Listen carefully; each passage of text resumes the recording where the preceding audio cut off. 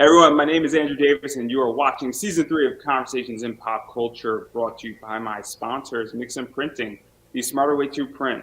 I know printing your creative project can be confusing and stressful, but Mixon is here to make it easy. From their instant quote calculator that lets you get as many quotes as you want for free to their 24-hour customer service support, Mixon is here to make sure your experience runs smoothly from start to finish. And right now, you can choose from a range of premium printing options and materials, and the company has also printed so many successful Kickstarter campaigns, a bunch of them you have even heard about on this very show. And they currently offer services in the United States, Canada, Australia, and the UK, and Mixum can print and reach your audience anywhere in the world. So if you're ready to print smarter, not harder, head over to Mixum.com. And right now they're running a promotion where listeners of my show can drop my name, Andrew Davis, in the message tab of a current order to get a 5% discount on their first order. So that is mixam.com. Again, type my name, Andrew Davis, in the message tab of your current order to receive a 5% discount on your first order. Furthermore, I do have an affiliate link with BCW Supplies. Type in Pop Anime Comics to get 10% off your orders. Bags and boards are expensive. Save yourself some money when you are putting out 500 comics and they need to be bagged and boarded. That adds up very, very efficiently and very quickly. And great thing about that code is you could reuse it as many times as you want with every order. So save yourself some money, beat inflation, everybody. And then finally, I have a shirt up on Redbubble making fun of one of my favorite things, which is Gundam. So you can pick that thing up. Link is in the description up above. So yes, I'm shilling my merch, everybody. And that's what we're doing here. And without further ado, I have with me returning guest, Luke Stone. So welcome back. Hey, thanks, Andrew. I really appreciate you having me on the show tonight. I can't wait to find out where the conversation goes because it's always fun and a delight to be here, and I just appreciate the opportunity to. I'm making my rounds again. I've emerged from the grave, so to speak, and I got a new voice, as you can hear. It's a little different than it used to be, but I'm here. I'm ready to talk comics and pop culture, man. Thanks for having me.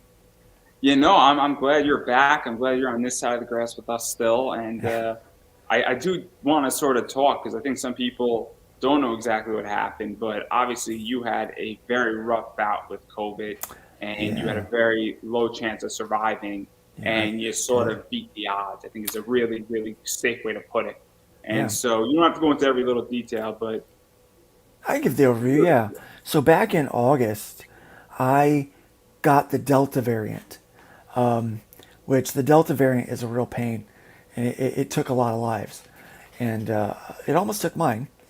After being in the hospital for about 12 days, it was determined that I either had to go in the ICU on the vent, or I had to die.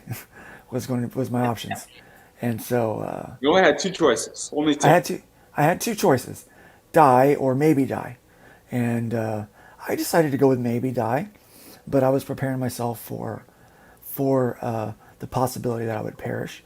Um, that last conversation with my wife, I called it, did FaceTime, and I apologize. My dog's barking at Grubhub showing up for the family, but I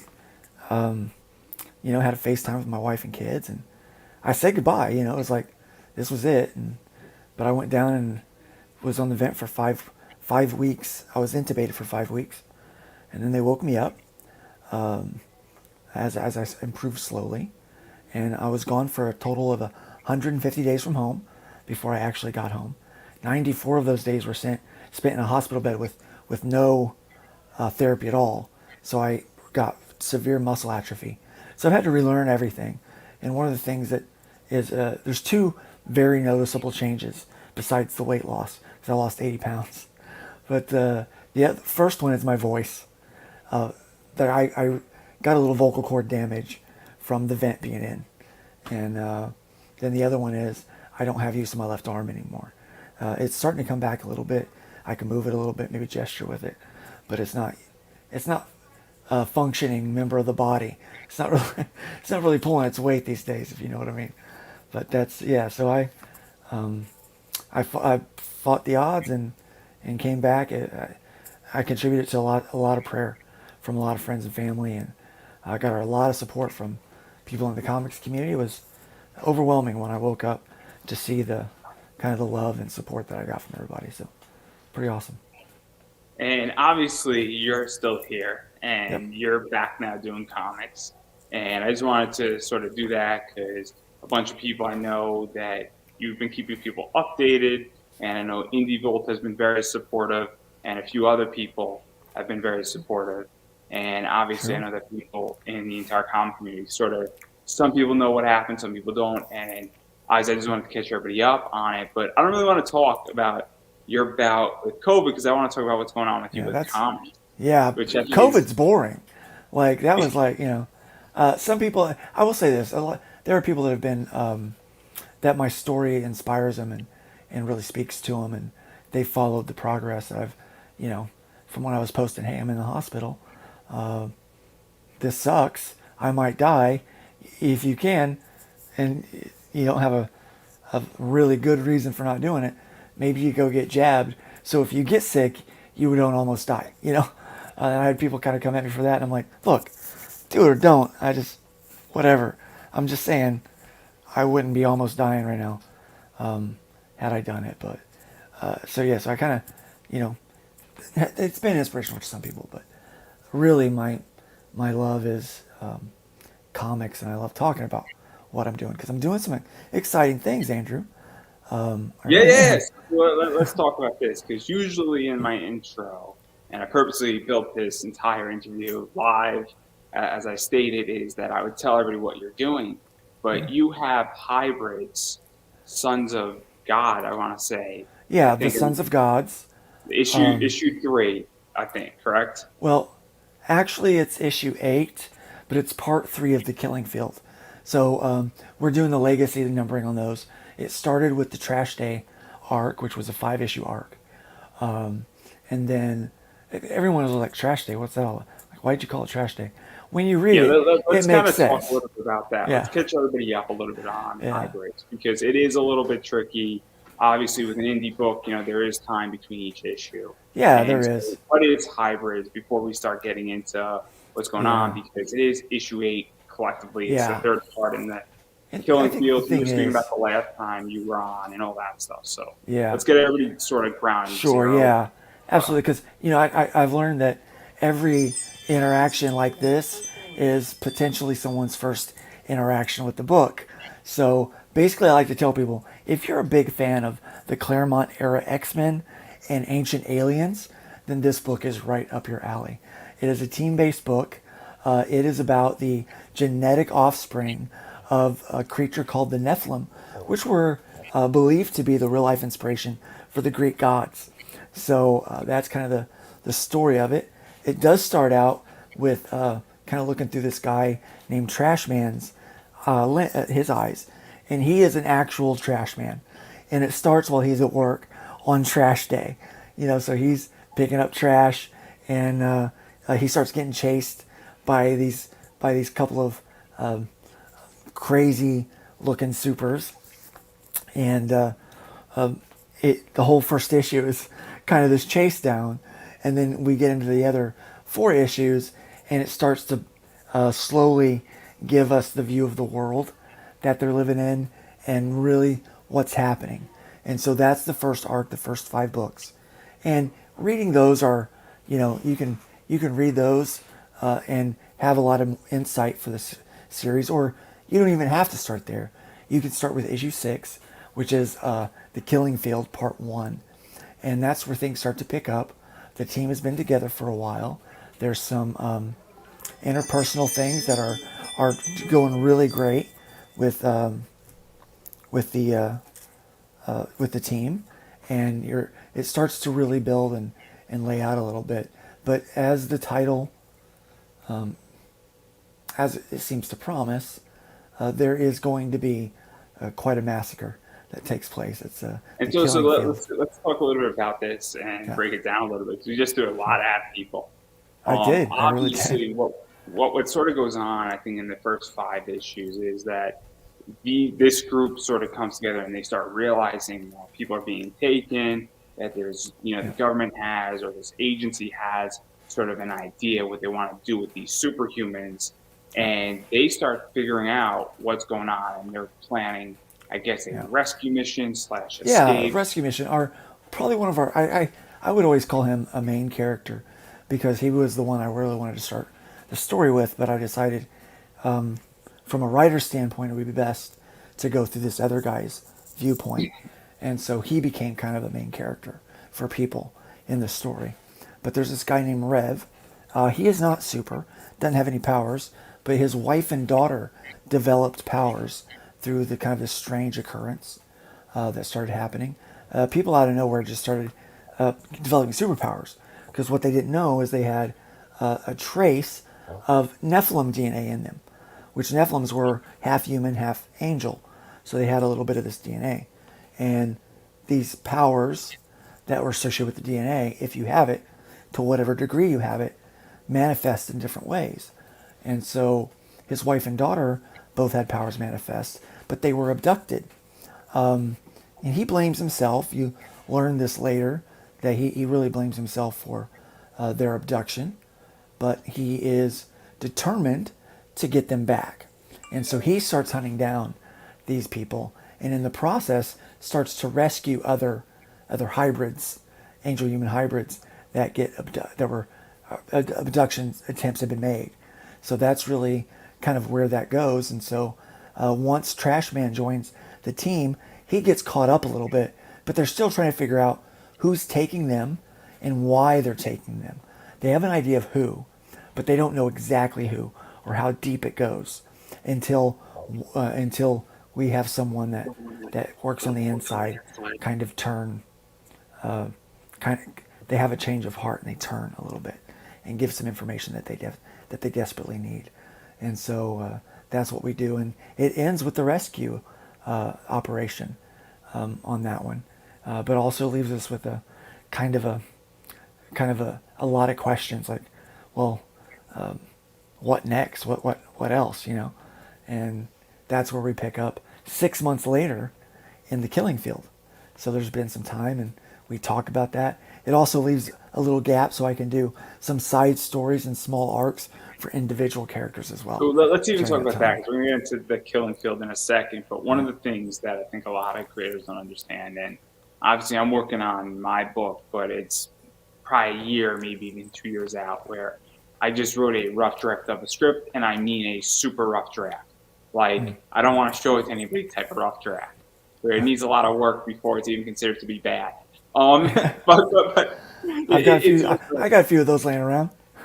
and so I'm going to show it to my friends because I'm working more on the concept than on how to fill it out first, if Sure. that makes Yeah. any sense. Yeah. But it's the idea that because I think one of the things that when people create a world, and if you create a really well done world, one of the worst things you can do is make your world so tight that you can't go back and add certain things to it or even get another bite at the apple in the world in a lot of ways. And Yeah. I think that's a poor business decision. I come from more of a business angle. But if I create a world and I've spent hours, if not years, building it out, why do I just want to do it once? Yeah. And so what is that like Not for only is it a you? poor business decision, but it's a poor creative decision.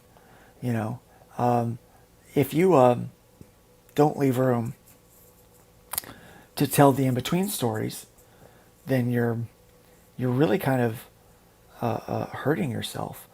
That's why I left a 6 month gap between the first arc and the second arc. Now, the second arc, and the thing is, each one of these arcs take place over in just a short number of days. So it's very, it's very much this is what's happening here, and there's other things that take place, with the exception of the second and the third arc. So there's a third arc that is written called Lifeline that picks up pretty much right where issue 9 will leave off with one of the characters. But where he's at, time works a little differently. Okay? So you can tell he's been there a lot longer or whatever. And so there's things taking place out in reality that leave a little more stuff to happen. And still, as a writer and creative individual, I want to tell the story from other characters' perspectives as well. So there's other characters that I have in the world that aren't in this book, in this series of books yet, but they may join in issue 13. So, yeah, Yeah, because obviously, I mean, I'm building a very small world book where it's 4 issues and it takes place on a small entity, for lack of a better word. So yeah, I'm not looking to build a sequel, but the world that it takes place in, or the setting it takes place in, I can build off of that in some fashion, or I can build a direct sequel, but I'm not going to build it on essentially the ship that it takes place on, for yeah. lack of a better word. And there's a reason why I wrote it small, because I don't want to focus on the setting. I want to focus on the dialogue and the events that happen between Oh yeah, people. So, so, yeah. so I think a it's a lot of people different. miss that too. They focus so much on world building, they forget that people get into stories and books for the characters, and I think that's I'm a why I. bad world builder. What can I say? I'm a bad Yeah, world builder. I do not like to build creative worlds. I have a world that I'm slowly building out with a different project dealing with elves and goblins. But that nice. world is a fun thing because I'm an anime weeboo. I'm the first person to say There that. you But go, man. that's not the first story I want to write because that's a whole different entity. But that's like a never ending world. I am not interested in my first script in writing, a big world. And I think that's also a mistake a lot of people make is that Yeah, if you're coming out swinging for the fences and this is your first book, I want to start with a one shot or even a little bit smaller. At yeah, least that's the way I view it. yeah. Well, the truth is, so hybrids was not my first go at a book. I had other things I was working on. Hybrids was something I'd been working on, kind of building the world for about 10 years before I actually started drawing it and doing it. And I didn't know that anyone was going to like it because I used things from theology, different different religions, and different myths, different mythos kind of stuff, and Greek mythologies and stuff like that. And I didn't think that anyone would really get into it. So I wrote the first book. I could have started with issue 2, but that was a lot of story was being told. So what I did is I just wrote the first issue as kind of this introduction and a chase scene that creates the question that we start to answer and pick up in issue 2. And it wasn't until that book was successful and I sold a lot of copies. I sold more copies of that than I did the main thing I was working on. And I'm like, okay, well, So, maybe we can get into this then. it's kind of funny because, I obviously had a first show before this one. And that show is doing great on what it's doing. I haven't marketed. It does 100 to 110 plays a day without any marketing. Nice. And it's my first podcast and I love it. And it's similar, but I am doing more volume with this show. And while I'm technically not doing the same position because that show, my first show is passive, it's kind of like this is really a hit in a lot of ways. And eventually I'm going to go back to my first show too. And they're Yeah. going to deviate away from each other. And they're going to sort of be, my first show, the way I describe it is like an Acura and this is a Honda Civic, There you go. where it's a different, it's the same brand, it's the same company, just different brands and Oh, different yeah. niche, different Yeah. requirements to be on either show. But it's the idea that it's weird when you discover a hit and the thing that you're like, oh, I'm only going to do is like 3 episodes of this and one of those. And you realize the thing that you're doing the 3 episodes of is like a hit and it's just taking off. Yeah. Because obviously I have sponsors. I just funded a Kickstarter. I'm having building out Congratulations on that, by merch. the way. Yeah, Congratulations on that. I Yeah. didn't think I was going to make it, guys. I did not think I was going to make it, and believe me, when I made it, I was super happy. So it's kind of cool because funding a Kickstarter on a podcast is a different entity than it is for a Oh, comic yeah. book. Yeah. It definitely is. So, congratulations on kind of breaking the mold and stepping outside the box there, man. That's So big some stuff. people hate me for it. There's a bunch of Yeah. people who I think openly are not They're thrilled with me. they're probably just mad they didn't think of it. Yeah, I think they're not happy with me, and I think their attitude suggests it, and that's at least the impression I'm getting. And I'm like, that's cool. A player's gonna hate, a hater's gonna hate, Yeah. and I just shake it off. I can't do any more of that lyric without infringing on copyright. So, True. Yeah. but Yeah. what is this like for you? Because it's a very cool thing. Aside from my soliloquy there, what is that like for you when you're like, oh snap, people are actually buying this and there's a lot of sales on this book, It and surprised me. So that book was doing really well. So that's why I went ahead and did a second issue. Now, I originally released with my own company called Tenacious Comics, and I was really busy. It was a busy time in my life. I was going to school. I was a new pastor. I had some problems with one of the employees at the church, and so it required a lot of my attention. And so I handed over the reins of editor-in-chief to a guy named Jason. I'm not going to say his last name because I don't want to dox him or anything. But this guy said that he wanted the best for the company, and he was, I was lied to. I was I'll lied put it to. a nice way, if I may, and correct me if Yeah. I'm wrong. It was somebody said they were going to do X and they didn't deliver on what they were intending to do. They didn't have the best business mindset and they made a bunch of bad decisions per se that sort of just Yes, messed up the company and messed up what yes, was going on. a little bit, yeah. But at the end of the day, they ran a Kickstarter for one of our books that funded, and then they did. This person didn't want to release the funds, or didn't have the funds to release. Maybe spent it on something. We're not certain. So we finally got some of the funds back, but we had to fulfill out of pocket. I had to fulfill out of pocket because I was the publisher, and at that point I was like, screw it, I'm done with this. I cannot spend any more time, effort, or money here because I've got to focus on these other aspects of my life. And so I shut it down.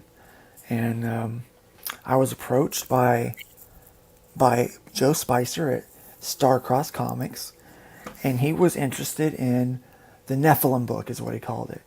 And I said, okay, yeah, that's hybrids. And he asked if I wanted to continue to publish it.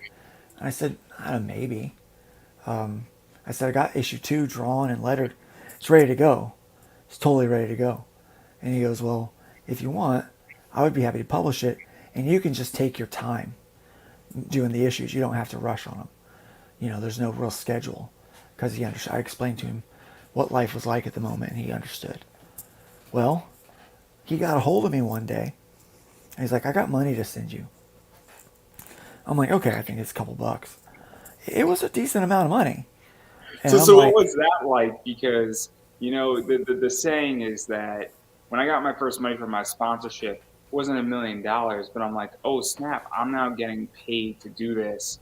And it changes things. And you're like, somebody actually believes in this and there's a real exchange now. it was And weird, man. So I'd taken like 18, 19 months off, and just let Joe sell the book whenever he could. And he's like, people really like this book. They've been buying issue 1 and issue 2 now, and people are really waiting for issue 3. He goes, what's your plans on doing issue 3? And I go, well, I suppose I can get back at it. And so I did issue 3, 4, and 5 pretty close together. And it was pretty successful. And then I wound up doing a trade, which was also successful. I wound up leaving Starcross, not because I didn't care for them. There was one guy that they had in the gallery that he just was a troublemaker, and I didn't want to associate too much with him. And I also had some plans, things I wanted to do with the comic that kind of required a group of people that were other creators that were ready to do that and step into that. And there were a few people at Starcross that were, but some of them that weren't. And it required taking some risk.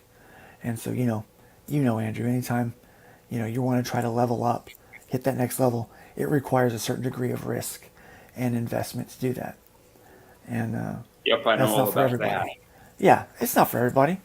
So I wound up leaving there and then starting Terraform Comics, which was very, very short-lived because another bad actor.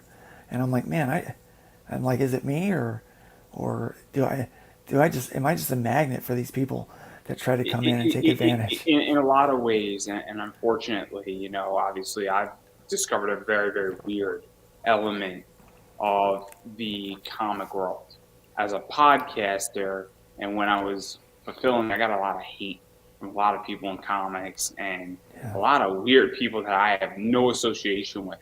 And I was on somebody's show, and they're like, "Are your friends giving you a hard time?" I'm like, "My friends are the only people who are giving me a nice time." Like, Yeah. and it was a funny moment. But I Yeah. said, the entire comic community is fucked up in a lot of ways. That these people think that they could just snap off, and they don't like the answer that you can buy a guaranteed guest spot. That doesn't mean I'm not going to interview you if you don't pay. It just means that you don't have a guaranteed spot, and that you can go snap off and then start trolling me and then start attacking me and then just start Yeah, making there accusations against me and all sorts of are stuff. always haters, man. There's And always haters. for And I me, and I think, don't know, yeah, so it's the comic community is a messed up sector. yeah. And And no, I no think the offense problem to with that anybody, is, but Andrew, I think the problem with that is that there are people that they see anybody's success as a threat.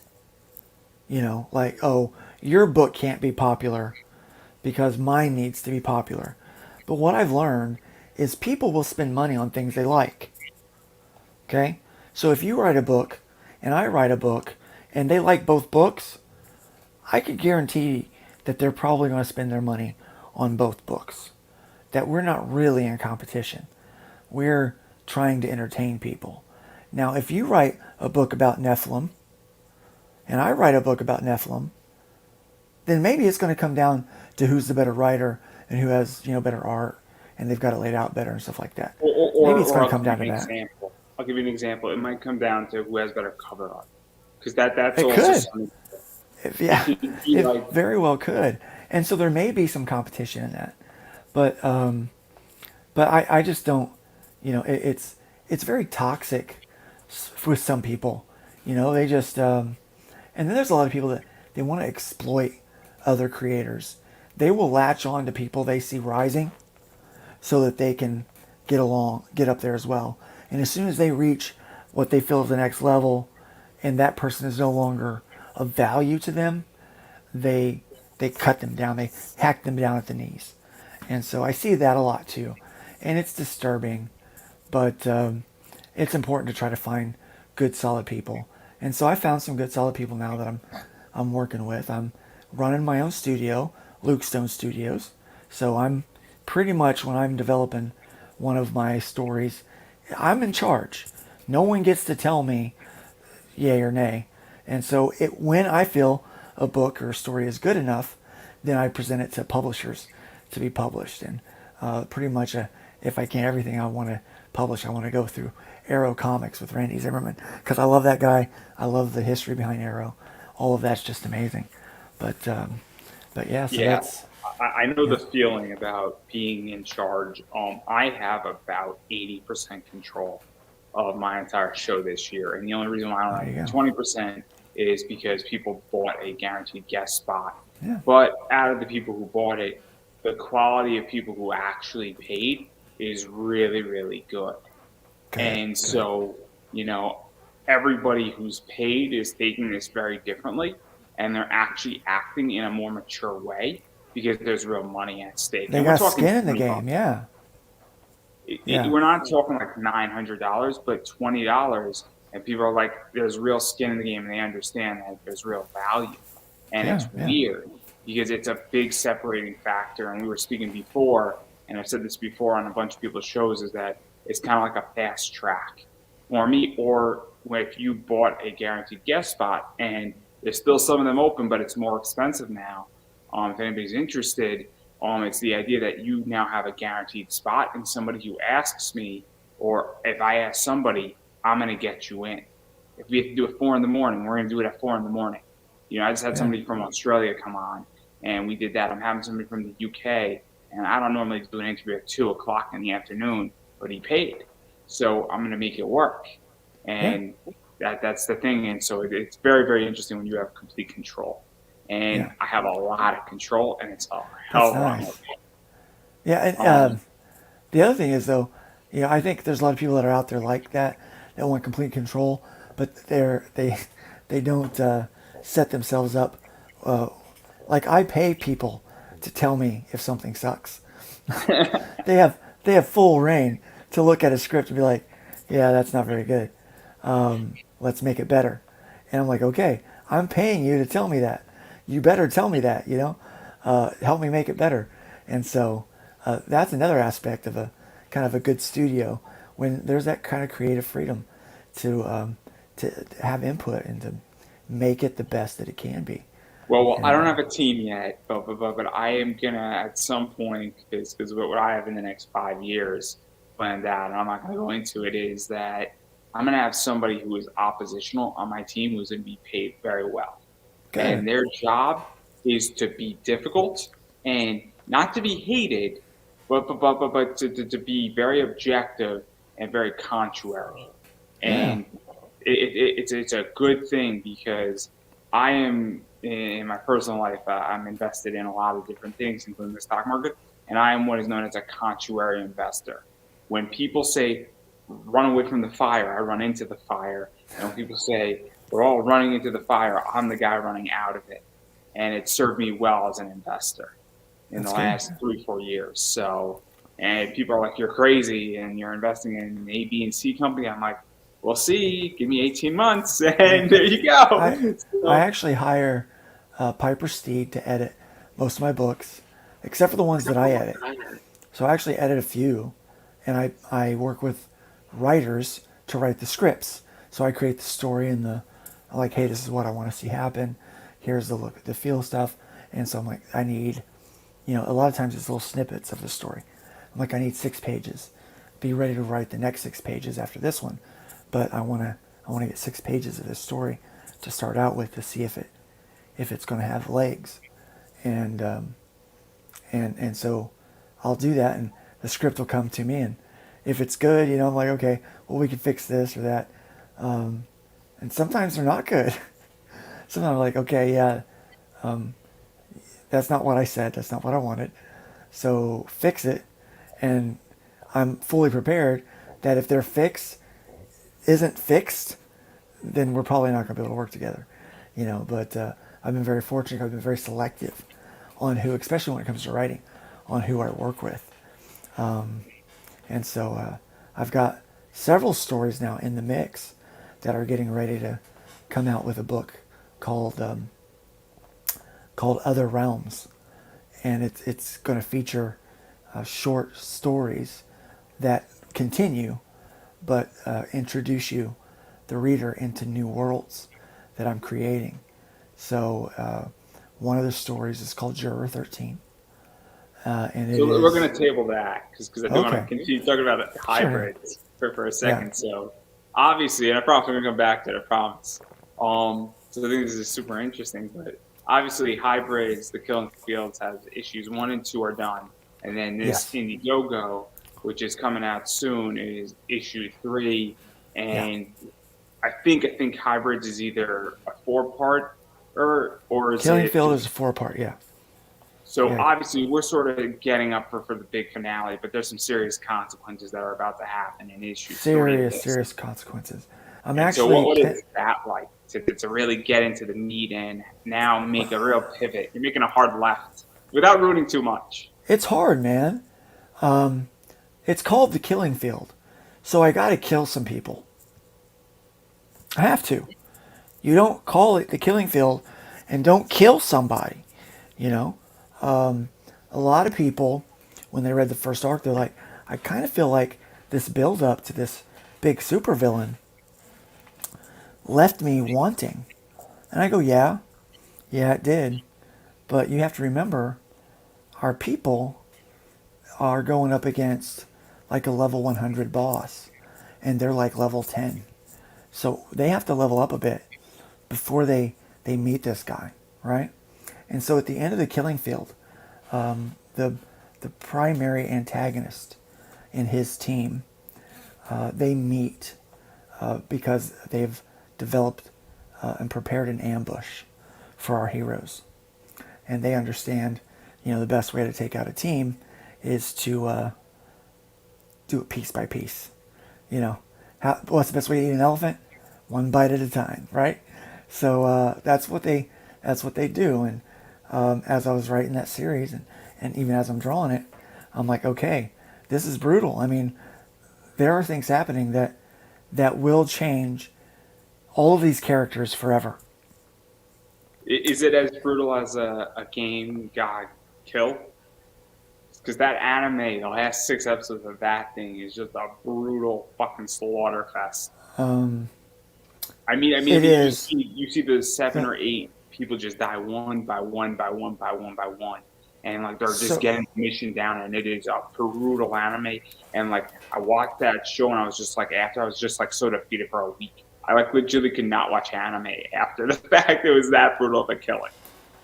so let me put it this way: the Killing Field Part 3 is 25 pages of story, with the last 5 pages of that meeting at the place called Stardust Motel, which is the killing field, quote unquote, the killing field. And then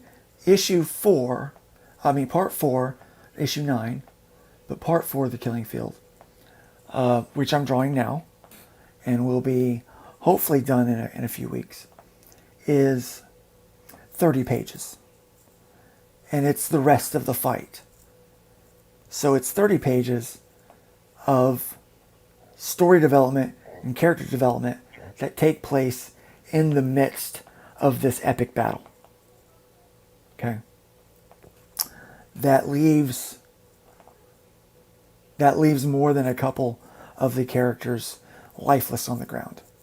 So that was the hardest part, is I knew who I was going to kill from the beginning. Like I knew I was. But it didn't stop me from feeling like a complete jerk when I wrote the scene. I care so much for these We're gonna characters. stop right there Yeah. before we ruin everything for everybody. Yeah. Well, I'll say this. So, I got emotional writing the scene. And then when I saw the layouts drawn for it, it was even worse. I was like, oh crap. Wow, this is hard. But I have to do it to tell the next part of the story. I know the feeling in which that Yeah. I have a character in the comic script that I'm writing, and that character, spoiler alert, everybody, and you're probably not gonna see this story for a while. Um, he gets killed, and it's just he's such a likable character, and I'm just like, fuck, like but his death is gonna be so good, and I'm like, fuck, but Yeah. he's gonna get it covered. So that's how I'm gonna justify it. Um, I'll tell you, I was so happy to sign up with Arrow Comics, and I've gone back and remastered issues 1 through 5, technically 1 through 6 even. I've gone back and remastered a bit, and added some pages, so elongated the story, told some things that I wanted to tell, but got cut out because of page count requirements for production. So the next more updated version of the trade and these floppies of 1 through 5, they've got more story to it. So it even further develops these characters, which I'm super happy about. Which makes getting to issue 9, it's going to suck that much more, because now you've gotten to know, there's even more opportunity to get to know these characters and fall in love with them. And everybody that I've talked to that is a fan of it has a favorite character. And I jack them all. I won't even lie. People are going to be ticked at me that love these characters, love this story. They're going to hate me.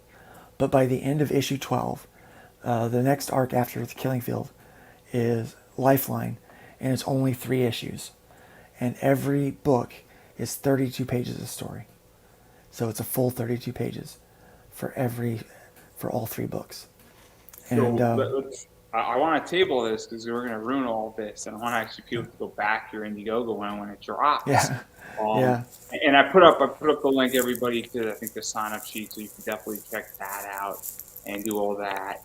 Um, and yeah, so that's kind of that. And I am actually curious though, because obviously you're doing longer form stories, where I think Yeah. all of these are 30 pages, and then Yeah. Lifeline's going to be 32 pages, and there's a big shift in comics, at least not with DC or Marvel, but with companies like Zenescope and a few others, where they've shifted now from 24 pages to 32. With Zenescope, and I'm a big Zenescope fan, has on 72 pages, one shots, Yeah. and so there's a lot more longer form story, 36 pagers. And obviously, I had Pat Shan on, and we were talking about this. And what is that like? Because people want more story. Also, you could tell more story. It's also more complete, and especially if Mm. you're publishing not every single month, if you give somebody 72 pages or 36 pages or 40 pages, well, they now have a more complete story They to hold do. them. And prior to getting sick, I had expected to release a book every other month, and I was working with my creative team, and I was on track to have all of the art done for all 12 books before the end of the year. But that obviously didn't work out. I lost about half of last year, and a little bit at the beginning of this year. So I'm trying to catch up with that. But I see that Larry's in the chat, and I'm doing well, Larry. And I thanks for checking. Thanks for donating to the raffle. I'm really glad that those people got it. There's been some drama or surrounding that, and so but I'm really glad, and I'm grateful. Thank you very much for doing that. God bless you. God bless you, and much success to you for it. Thank you. But yeah, I lost a lot of time, and so now I'm trying to catch up, and so I will be done. Oh, I hope I'll be done with the pencils and inks for issue 9 before I do fulfillment. Before fulfillment comes around for issue 8, and the colorist can, spend a month with it getting his stuff done, which I'll actually probably get him started. I'm lettering, not lettering. I'm not doing that anymore. I'm penciling and inking pages 4 and 5 right now. I'm almost done with the pencil on page 5. I do 2 pages at a time because I have them set up side by side so I can see how the pages flow when you turn. And so I set them up side by side like that, and it works really well for me.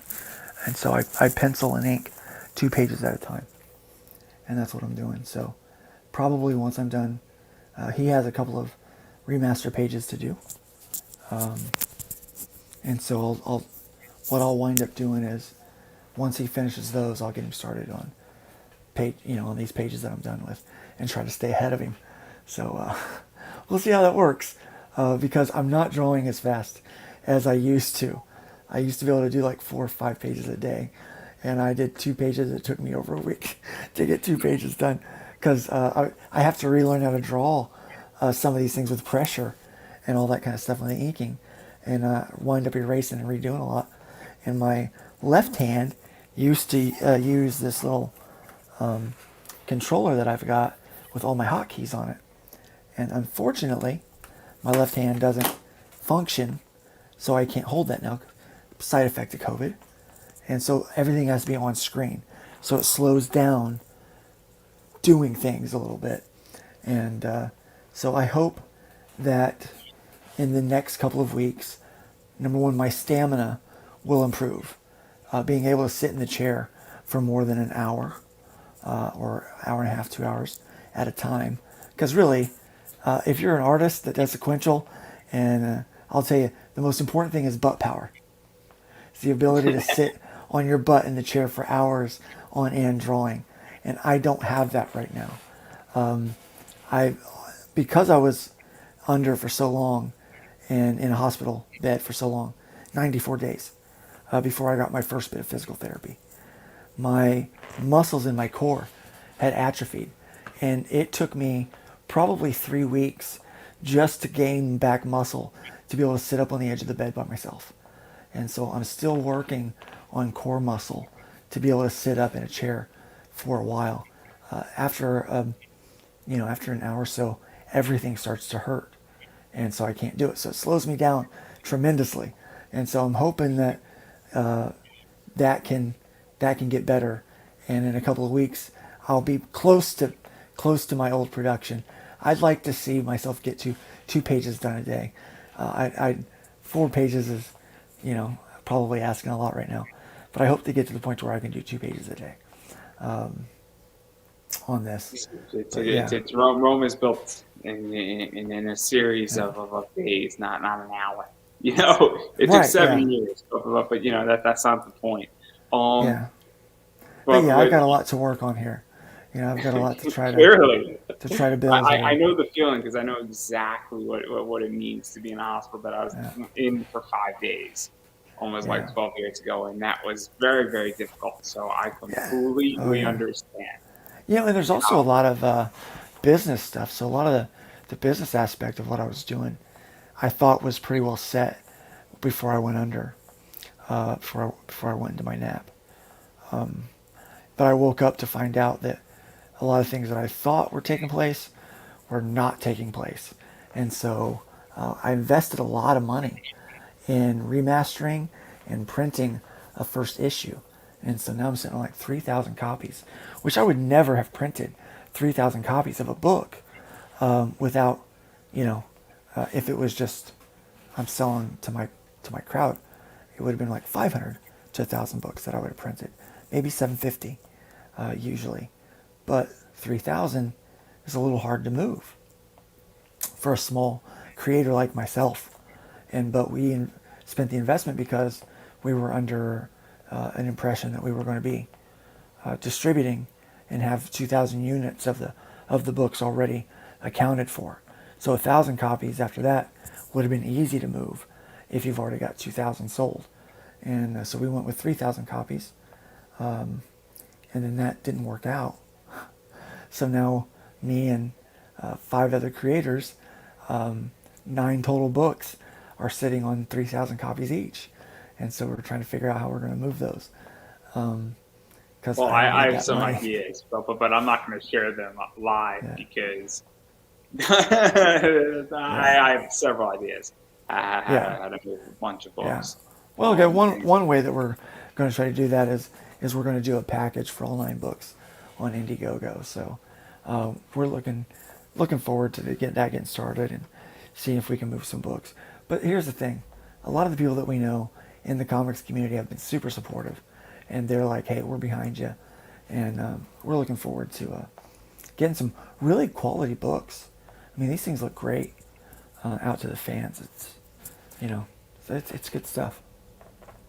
yeah, and obviously there's a bunch of cool stuff, and there's a bunch of rewards and pledges, and I don't know everything because I haven't seen the Indiegogo, but I've seen certain things. You're doing a bust, but I'm sure all that Oh yeah, stuff, that's all for my next book. Yeah, And so, but I'm sure there's a bunch of cool stuff. But I am curious because we did table it.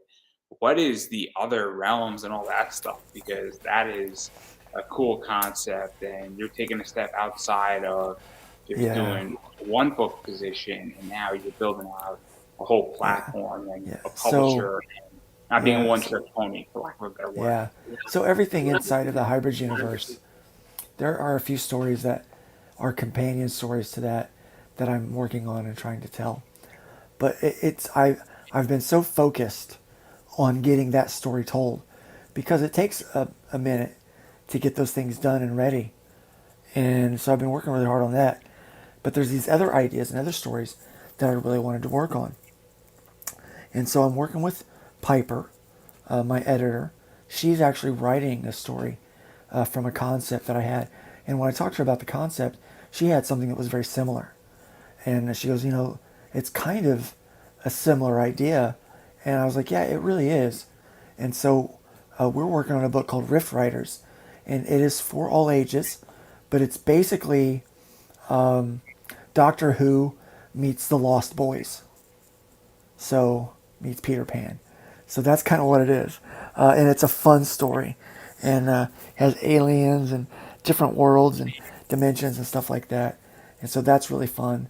I'm working on one with I'm working on another story called The Runner that a writer is working on, and and that is about a guy who's kind of a reluctant hero figure to his community, and it, it, it's a story I'm very proud of.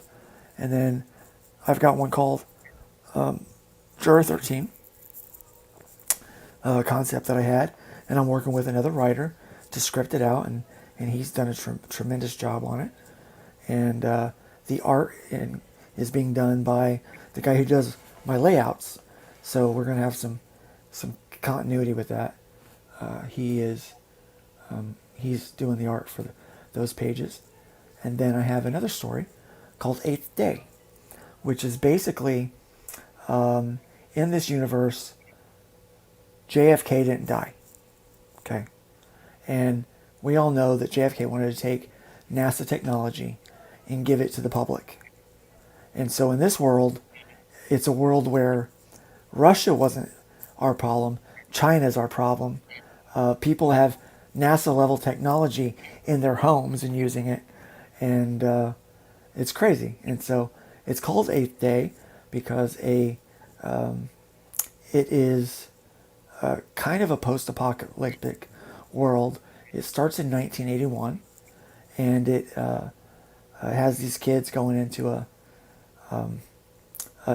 shelter, fallout shelter, and their parents don't make it in, and they wind up getting stuck in there for 7 years instead of 7 days. And so at the end of the 7th year, starting the 8th year, the door latch finally opens. And so that's kind of how we tell the story there. So I've given a lot of weight on that story, but it's fun.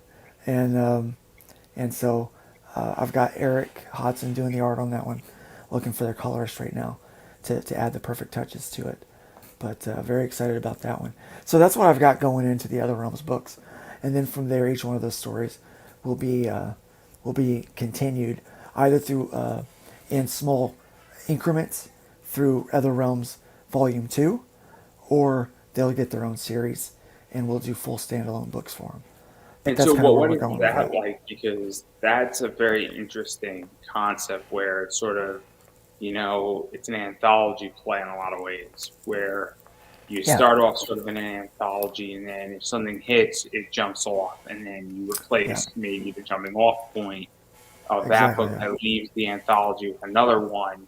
And yeah, also, you're willing to test something because the idea, and not to reveal every business position, but it's the yeah, idea that you know, four or three different titles, maybe two of them connect with people, and then the third one doesn't, but it's not independently on its own in a lot yeah, of ways. It's something yeah. like exciting But yeah, comic like that. yeah, and That again, that press. story that maybe doesn't hit as well as one of the other ones, people might still find it interesting, but not want to buy a full book of it.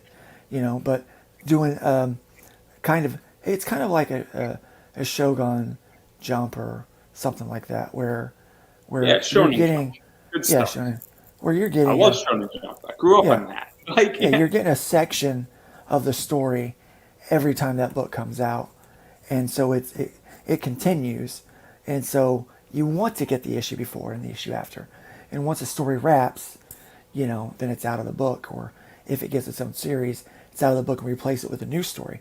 But the cool thing is, all of these ideas are mine, so you're getting a peek into my creative world, and there hasn't been, and I know this is going to sound very, very arrogant. I hope it doesn't come off that way to anyone that watches this, but there hasn't been a Stan Lee in a very long time. Someone that creates multiple worlds, multiple stories that people can enjoy.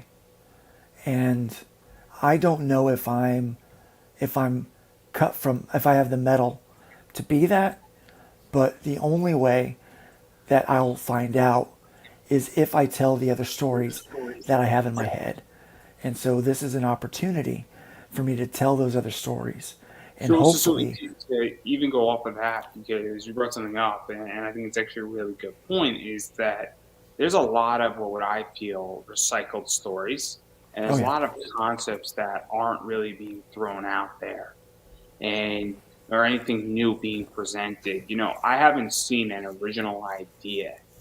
I have a friend who's doing a whole recycled book of another book that was beautifully painted, beautifully done by somebody who is, when he did the comic, he did maybe like 9 issues in a comic book. And now he's a painter who sells his paintings for over 100 grand.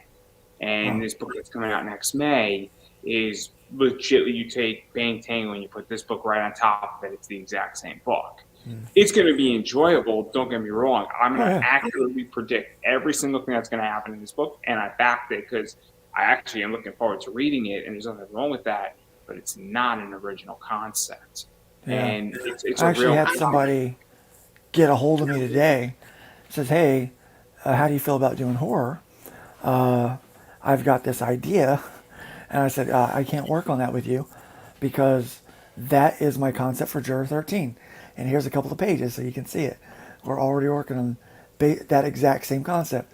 So yeah, there's now we have vigilantes that go rogue. That's been around.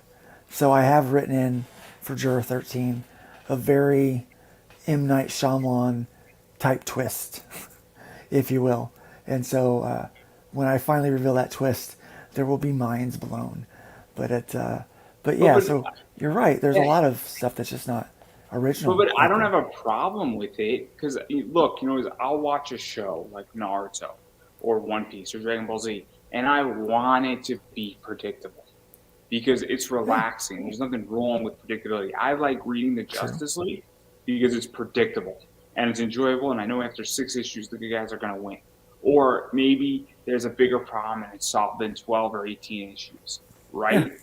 There's yeah, nothing wrong with that because I'm entertained and I have no problem spending my money on that. That's not what I'm absolutely. saying, but I also want my brain to be further developed in Yeah, concepts. Like I'm right now on a huge Resident Evil kick. First right. Resident Evil, brilliant. Resident Evil 2 and Resident Evil 3, brilliant. And Resident Evil 4 is fun, but after that, there's no major new concept being developed. Yeah, Except Code Veronica was awesome. Code Veronica is an amazing game. yeah, I yeah, just beat it. It's a fantastic game. I know I'm going old school, everybody. yeah, But I'm on a huge Resident Evil kick right now. And the remake of Resident Evil 2 and Resident Evil 3 was great. yeah, But my point is that when that concept first came out, it was original, and now every other zombie slash that slash apocalyptical video game has copied Resident Evil. And then right. Resident Evil 8 was a disaster. Hate me Oh if you yeah. will. Feel free to hate me if Oh you will, but it wasn't original at that point. yeah. I mean, But just, there's a lot of issues out there with storytelling. But yeah, that's kind of what I want to do. I want to see if the fun that I have in my head other people can enjoy. I've got these fun stories and things like that, and so I'm trying to partner and work with really talented people to also tell those stories and to make those worlds larger for everybody else. And Stan Lee didn't write everything that he produced, especially as editor in chief of Marvel, but he directed everything. Like he had an idea, and he worked with other writers to hit those marks and stuff. And so that's what I'm trying to do now too. It's like, because as an independent guy, I don't have the money or the time like these big companies do. But all these big companies are doing are recycling the old characters. They're not really producing anything brand new and exciting like what we saw from Lee and Kirby. You just didn't you don't see that stuff now. And so I think if it's going to happen, it's got to happen in the indie world. And unfortunately, it's so difficult for an indie creator to do it because of time and money. Those resources are very difficult. Now, if you had artists in the bullpen and you had an idea and writers and you could pop it out in a month, oh yeah, that's easy stuff to do. You can make that happen. But we don't have that kind of luxury, do we? That's not something that is in our arsenal. So what I'm trying to and, do is a and small it goes scale even version of that. further. It also goes even further now because even if you have that, if I had $3 million just sitting around, it goes into who owns it, who's going to work with me, because we've all yeah, seen now that all this stuff is worth real money, and then it creates bigger problems. And yeah, and that is complicated in its own right. yeah. And I mean, the last real major character Marvel invented was Miles Morales. Yeah. I mean, no question A about cool it. And character, yeah. Cool great character. character, Love him. iconic character, and Yeah. that character didn't get popular until Into the Spider Verse. But let's The also be movie. honest, it's still just a different version of Spider-Man. It's a great version of Spider-Man. It's a great version of I Spider-Man. might be a little But it's biased. still but it's I still have to open the Spider-Man. Fallout 4 books, so I know. I might be a I like little. the character, I like the story and all that, but it's still Spider-Man. It's just a retelling of, a different version of I a could tell character that was you. created a long time ago. I could tell you another book that I'm biased on, but Canto One. Canto One is a combination of The Wizard of Oz meets Dante's Inferno, Yeah, oh yeah. and that's a awesome book. And Yeah, that sounds like a great I'm concept. I'm going to be getting a very cool book back on Thursday. It came back as a 9.8 by CBCS, signed Oh, by David Moore nice. and Drew Zuck. Just so 9.8. everybody's aware, that is at least an $800 book because it's remarked signed by them in a 9.8. There is Oh, a very good. version of that is going for like 975. Somebody's asking for. There's one going for 800, and it's an expensive book. And CBCS is cheaper, but again, new ideas in comics don't come out, and it's a problem. Yeah. Well, I am seeing new ideas and some fresh things coming out of indie books right now. And, but you've got to, the problem with that is you've got to read a lot of indie books to find it. It's not super clear all the time on what is And really, also, isn't it the fact that if I'm fronting a bunch of money on an indie book, and correct me if I'm wrong, but feel free to disagree, that if I am putting together an indie comic and it's going to run me 6 grand to do it on average, yeah. between paying for writing, printing, all the fun stuff, and even if I Indiegogo it, 6 grand is on the which low end, to be honest. I'm being very generous. You are, Okay, yeah. I'm being extremely generous. Yeah. Because I'm not including printing in it. I'm just including just the art and the writing, and then you crowdfund for printing, which I Yeah. think is still being generous though. Yeah. The idea though I think is that if I'm fronting a lot of money and I know that a horror book is going to sell and it's going to make me my money back or get me 95% there, I mean, isn't it a business decision versus testing a whole new concept? At least Yeah. when you don't have infrastructure in place as well. I Yeah. mean, I'm writing a military book. I know that thing is going to sell, but I like writing about that in Oh, yeah. general. And there's a company that I want to get into for a reason. There is a very tactful decision being made. And I have no problem that I want to get into Dead Reckoning, which is the Navy Press Institute's graphic novel division. And there's a lot of clout with that, and there's a lot of respect that if I get my book into that, it changes my entire career on a lot of levels. But I'm smart enough that that's the end goal. But again, I'm well aware that it's slightly a new idea, but it's not an ultra new idea. Yeah. Yeah. So Even what I do is not entirely original. It has original concepts in it, but it's still a derivative of other things that inspired me. So yeah, it's hard to find the truly original stuff, and then it's also hard to really get into some of that because it does take a while between issues. If I'm telling a story, I got sick, and I was fulfilling when I got sick, and so September, I was supposed to be running issue 8, and here it is, February, March, April, I'm going to be running issue 8. So almost a year later, people will get part 3. But the plan is that as soon as I am done with that, 2 months later, I'll be running issue 9. And then I'm wondering how I want to release issues 10, 11, 12. If I want to do them as individual floppies, or if I want to do them all together. Still do them individual floppies, but more like a trade. I'm not sure yet. I haven't made that decision. Oh no, But I feel you yeah. on all this. I mean, look, I'm having a somewhat difficult time, and I'm overwhelmed fulfilling on my podcast side. And Oh yeah. 85% of my rewards are digital, where 85%, and it's not the easiest thing to fulfill on. And I can guarantee you that it's, I don't know how to describe that to somebody where, so I completely get the entire I'll tell you, fulfillment stuff. 98% of my products, of my pledges are physical. So it's like it's everything. Almost everything goes in a package and gets mailed off to somebody, and it's difficult. And I don't have the physical capabilities that I used to have because I'm still recovering. I can lift 5 pounds with this arm. I can't raise my arm higher than this right now because of the tightness and shortening of the muscles. But I can lift I 5 know all pounds. about that. Yeah, I completely understand that. yeah. So, I Five mean, pounds ain't a lot. In fact, I was at therapy yesterday, and I was working, and they gave me a weight, and I'm doing different exercises, holding it out, lifting it up, all that stuff, and I was like, ooh, man, that was heavy. And I looked down at the weight, 3 pounds, and I looked at my occupational therapist. I said, that's 3 pounds. She goes, yeah. I go, oh my gosh. She goes, did it feel heavier? I said, it felt like 10 or 15 pounds. And she's like, yeah, it's 3 pounds. She goes, but you'll get there. And I'm like, how long does it take? So even fulfillment, I have to think ahead on like, okay, what am I going to be capable of doing?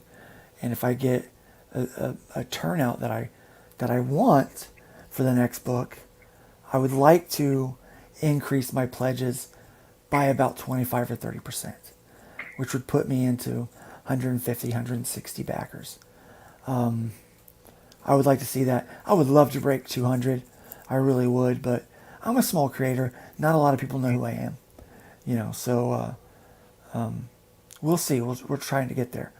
And one of these days I would love to break the 10K mark, but I'm pretty good at hovering around the between 4 and 6. And so that's been good. But all that stuff is things I can work for. But I also have to think, okay, if I have 200 backers and I have 200 packages going out, who's going to help me? Because it's hard to tape up packages when only one hand works. It's like, oh my Yeah, gosh. I understand that. As somebody who has a Yeah, physical disability, I completely understand that. And one of the greatest things when I was living in DC is that in my apartment building, I legitimately just took it all out. And then I was lucky that both my hands work. And yeah, so while I couldn't drive somewhere, I could schedule a shipping pickup. yeah, And that's really helpful. And it's helpful in an eBay business.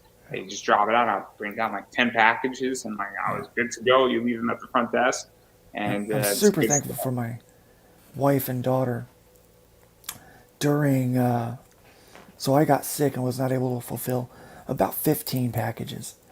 I had most of them packed and ready to go, but I couldn't because I was, quite honestly, I was dying. So I couldn't do anything Just a with it. small thing, just a little Just a thing, small thing, yeah. But I was able to, get some word out to the backers and let them know what was happening. But when I woke up, I tried communicating to my wife and daughter that these needed to be fulfilled. And they worked to get those packages out for me and to the backers so that they would get them. And so I'm super thankful for them. And they're probably going to be my left hand and partly my right hand for getting packages back out for the next campaign. But yeah, it was, and honestly, it was great. I only had one person ask for a refund. I did issue a refund, but I also sent their books, their package, and they had backed at the highest tier, so I sent them their money back. But I also sent them their perks because I felt bad that it was so late getting to them. So I wanted them to still be able to enjoy the book and enjoy what they had gotten. There's some original art in there and stuff like that. And I'm like, I'm sorry. I'm sorry I got sick. Here, keep it. It's kind of sometimes, an act of goodwill really converts people, and it's very helpful. One of the things is that I've come to the conclusion when I back Kickstarters is I don't really expect any of my projects to come on time. But if you're a year late, you gotta, send me, an extra art print or something like that. It goes a long way. I mean, in my eBay business, I have all these prints. I get that with some people, but I'll be honest with you, my reputation is that I fulfill on time. Like, that's my reputation. That I'm like, I want my backers to know that you're going to get your product, you're going to get a high quality product, not only in what I've put into it, but the print. It's going to look good. It's going to be something that you can collect, that you can get graded and slabbed. This is something that you want, and you're going to get it on time. So that's the reputation that I've tried to build. And so it killed me, figuratively, that I could not fulfill on time all of the packages. It busted me up. And so I wanted to make it right by people. So putting that little I feel you. I feel you on that. And I'm probably going to be about 2 weeks late on my Kickstarter, but that's not necessarily, it just is how it is. But I don't think 2 weeks is the worst thing. I think you get a little bit of leeway given supply chain. It was more than 2 weeks. It was like 2.5 months. I'm not talking about you. I'm talking about me. Oh, yeah. That's not bad for you. Yeah. That's not bad for you.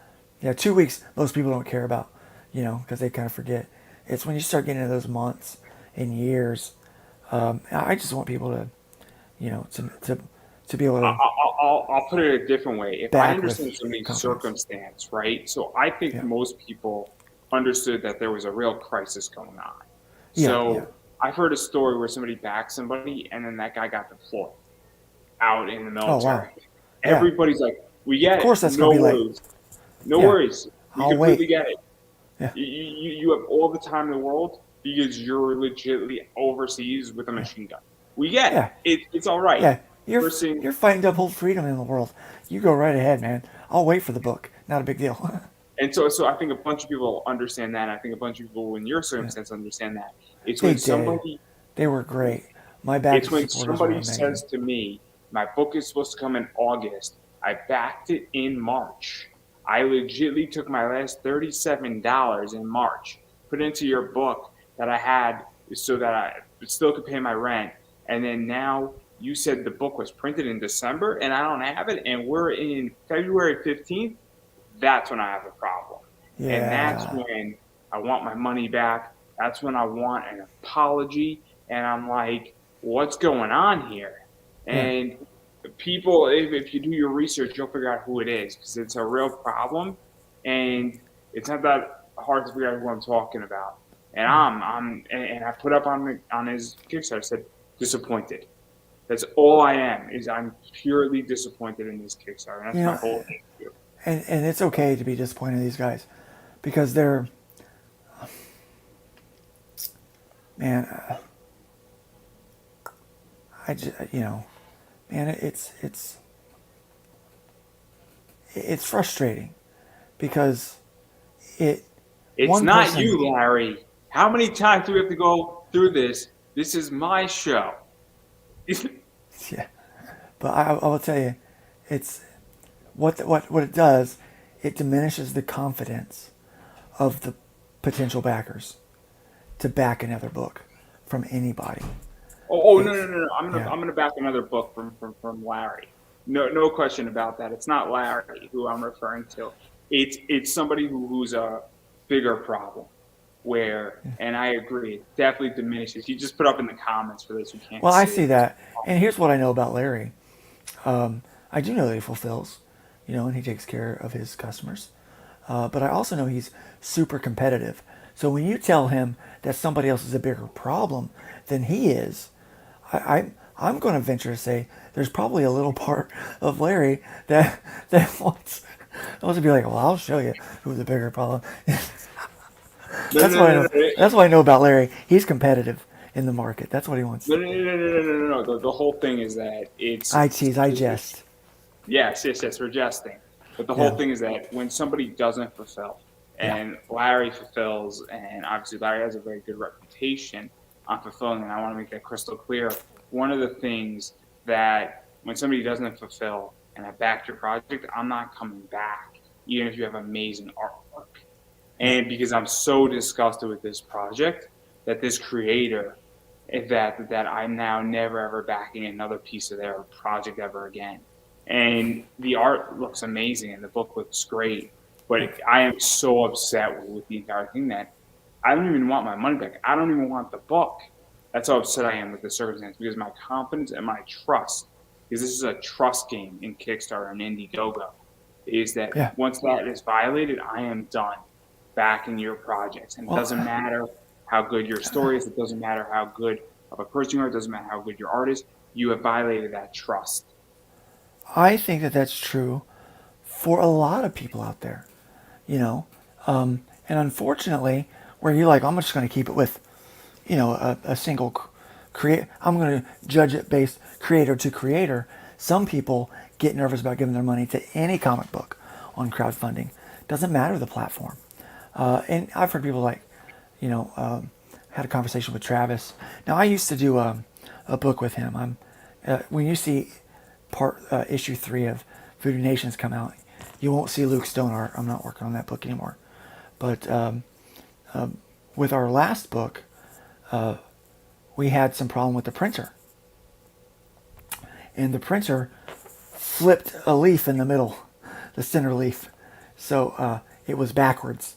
So where it should have been like page A, B, C, D, it was page D, C, B, A, right in the middle of the book.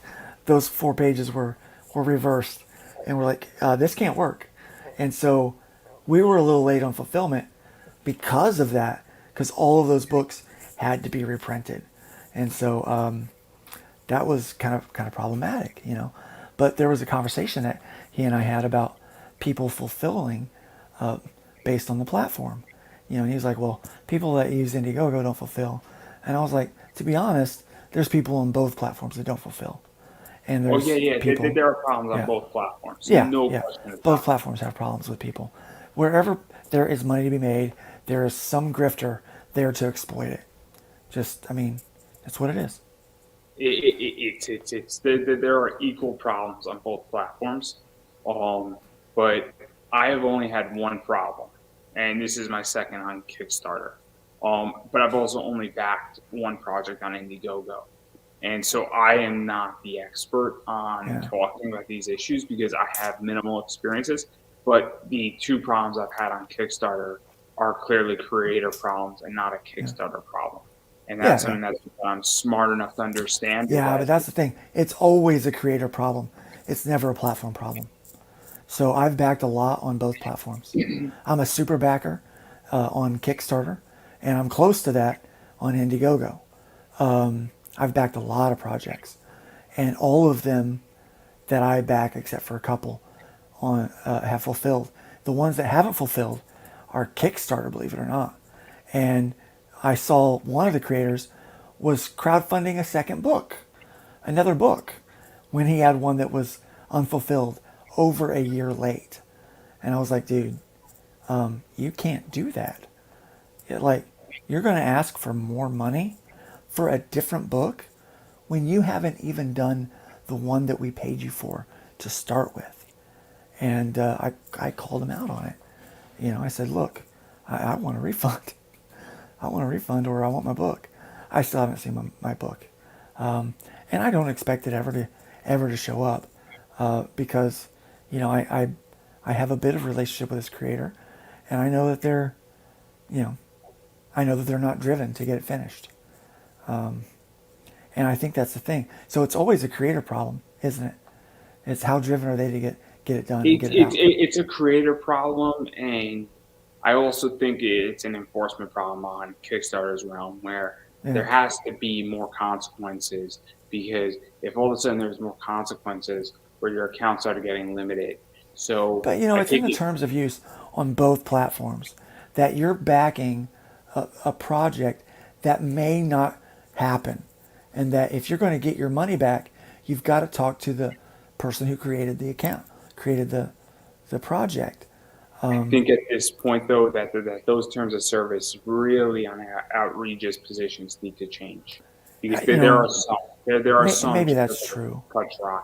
Yeah, maybe that's true. But I think at the end of the day, we know that when we're doing that, it's not like a storefront. We are taking a certain amount of risk to get those books, or to help make those books happen.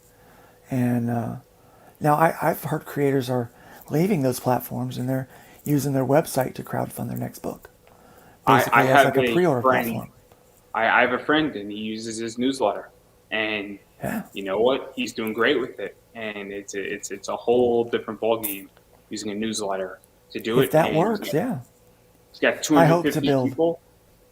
yeah, I So hope to yeah, build my fan base enough to where I can say, look, I'm leaving those platforms, and you're going to get the books through here. It's a pre-order, so you're going to, and you're going to, but to have that relationship with them and the reputation that they know they can send Luke money and they're going to get their product. That's the kind of reputation. And so, I yeah, could tell you that the company I'm building, at some point, I'm going to be building an almost exclusive cover company where it's nice. going to be stores are going to be okay, but you're buying the cover art, you're buying limited, and I'm going to run that straight off of eBay because I already run it on eBay and it fits right into my business. And if I can go hire an artist for X and then just essentially just produce a bunch of rare variants, Yeah, and then sell those books right on my eBay store to my customer base, it's working perfectly fine with everybody others, every books like Zenescope, Dynamite, and everybody else's materials. I don't see why I shouldn't do it that. Or better yet, if I really wanted to run a business, I should buy everybody who has a Kickstarter. I should be like, do you want to enter a private deal where I provide the cover art, you give me a licensure of your book, and then that's the deal.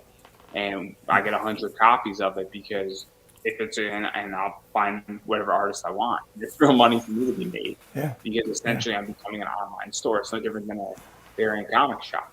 And that's kind of just, I don't need a store. It's great because I have yeah, an eBay store. I could sell yeah. $27,000 worth of merchandise every single month on eBay right now. A lot of creators do that. They put their extra books that they've overprinted on eBay. I know, like him, love him, hate him, loathe him, doesn't matter. But Ethan Van Sciver does that. Yeah. He makes millions of dollars, you know, on his frog books. And his overprints go on eBay and people buy them. And he doesn't have a store, you know. He doesn't. He doesn't So, have that. So yeah. so obviously I love speaking to you, and I do want to give you a chance to promote yourself because we've been speaking for almost an hour and a half. And obviously, where can people find you, support you, hit you up for work, check out the Indiegogo, sign up for the Yeah, yeah. newsletter, Just hopefully? just go to my website. It's lukestonestudios.com. All the important links are right there. You can get the in-demand books on Indiegogo. You can get the sign up for the new book. You can find music that I've done. You can follow all my art stuff. Sign up for the newsletter on there. All my newsletter people get special perks and gifts along with their perks that they buy on these campaigns that I run. And yeah, so my website is the best place for people to go and to follow me. And yeah, it's yeah, everything Yeah. that's important is up there. And then obviously I've been saying it, I'm going to keep saying it, is you have to support indie. What that means is you have to back Indiegogos, back Kickstarters, back crowdfunding platforms. Yeah, Because this is how these books get made. And, yeah, again, we're not DC, Marvel, Image. And so every dollar that goes into, a crowdfunding site such campaign goes into producing those books, and it goes a yeah. long way, and it helps to make that book happen and the next one and the next one after that. But I get it. If money's tight, everybody sometimes are in tough positions.